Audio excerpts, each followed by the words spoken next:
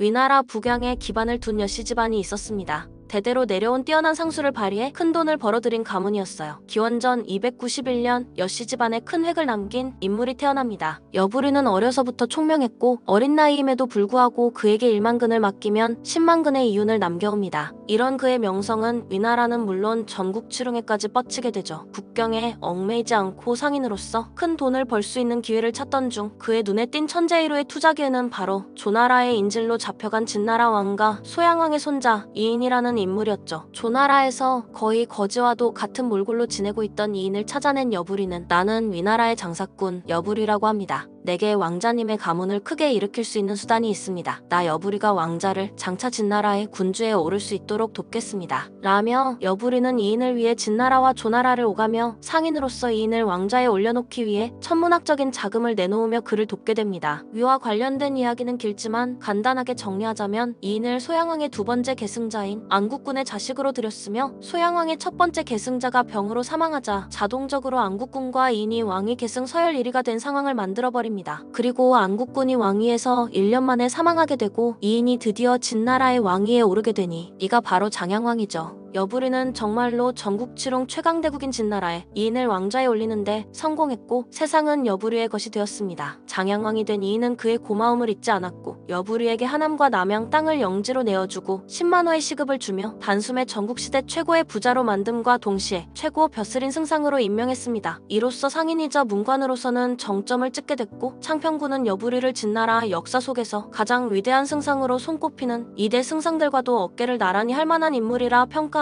이후 장양왕이 왕위에 오른 지 3년 만에 병으로 급사하는 사건이 발생하는데요. 장양왕의 어린 아들 정이 뒤를 이었고 그때 정의 나이는 13살에 불과했습니다. 여부리는 어린왕을 대신해 대리청정을 맡게 되고 상인 출신으로서 진나라의 왕좌를 놓고 장양왕의 아들 진시황이 된 정과 10년 가까이 왕좌를 차지하기 위한 암투를 벌인 인물입니다. 전장에서 수많은 죽을 고비를 넘긴 무장들마저 여부리가 서 있는 조정에서만큼은 그들이 깜짝 놀랄 정도로 위압감을 발산했고 전장의 중압감 그 이상을 뿜어내는 걸출한 인물로서 창평군, 몽호, 채택, 이사 등 진나라에 걸출한 인물들 여시사주를 측근으로 두고 있습니다. 여부리는 바닥이 보이지 않는 부를 지닌 자상가로 몇 가지 그의 유명한 일화들로 부를 짐작해볼 수 있는데요. 진의 재상이자 뛰어난 상인이었던 여부리는 자신과 진나라의 명성을 드높이기 위해 전국의 농객과 식객을 모았는데 그 숫자는 무려 3천여 명에 달했어요. 그들을 보필하기 위한 하인의 수만 해도 만여 명이 넘었다고 합니다. 이러한 자본을 바탕으로 그 유명한 춘추시대의 모든 역사와 만물이 기록된 여시춘추를 편찬했으며 진시황의 어머니인 하태우가 애국을 세우고 반란을 일으키게 하는 일을 은밀히 주선하기도 했어요. 그야말로 나라를 세우고 파괴할 수 있는 막강한 권력과 재산을 가지고 있었죠. 킹덤 속에서 정과 여부리의 암투는 칼자루 하나 없이 손에 땀을 쥐게 하는 설전으로 묘사되는데요. 정은 무사히 왕위를 계승하기 위해 과거 성교의 반란 이후 살려둔 성교와 왕족을 세력으로 끌어들였고 자신의 최측근 창문군을 승상으로 내세우죠. 정의 세력은 왕족을 비롯한 진나라에 빼놓을 수 없는 혈통을 가진 신분과 지위가 높은 사람들로 이루었고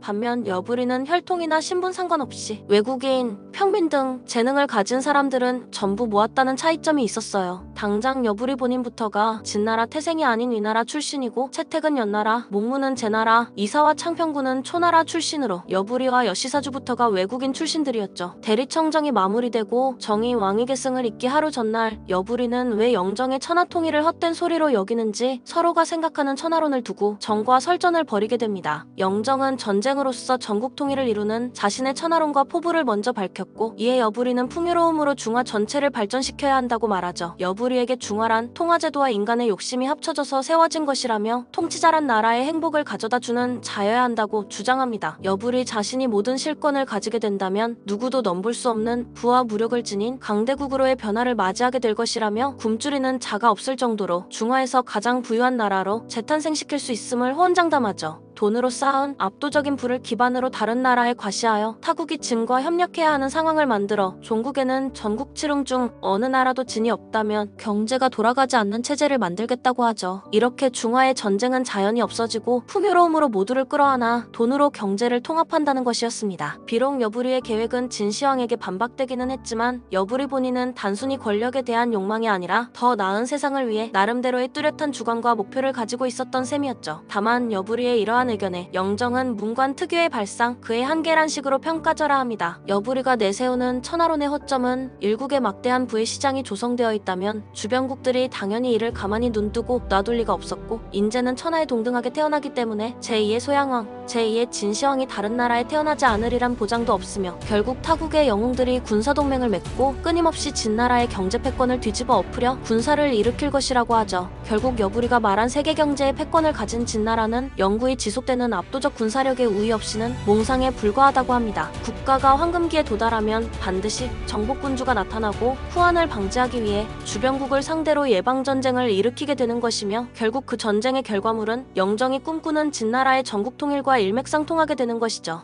돈과 군사력은 애초에 한 몸으로서 영정과 여부리의 꿈의 종착점은 같은 것이었죠. 이루지 못하면 몽상에 불과하다는 채택의 일침은 영정뿐만이 아닌 여부리가 꿈꾸는 나라에도 적용되는 셈이었어요. 여부리는 진시황과 설전을 벌이다 서로의 가치관과 포부가 다른 길을 걷는 것임을 알고 설전을 중단했고, 양자 간의 타협점이 없었고 논쟁도 의미가 없음이 확실해졌으며, 그렇기에 누가 승자가 될지의 결말은 영정을 지키는 이신의 군대와 여부리가 후원한 애국의 반란 중 누가 승자인가에 따라 함양성의 최후 결전을 통해 나올 것이라는 말로 대담을 끝맺게 되죠. 이후 함양성 결전에서 애국군이 패배했다는 소식을 듣고 여부리는 조용히 패배를 인정합니다. 영정이 이끌어 나가는 진나라의 후일담을 기대해보겠다며 조용한 은둔 생활을 택하게 되죠. 이상 진나라를 넘은 전국치롱 제1의 상인 여부리에 대한 이야기 마칩니다.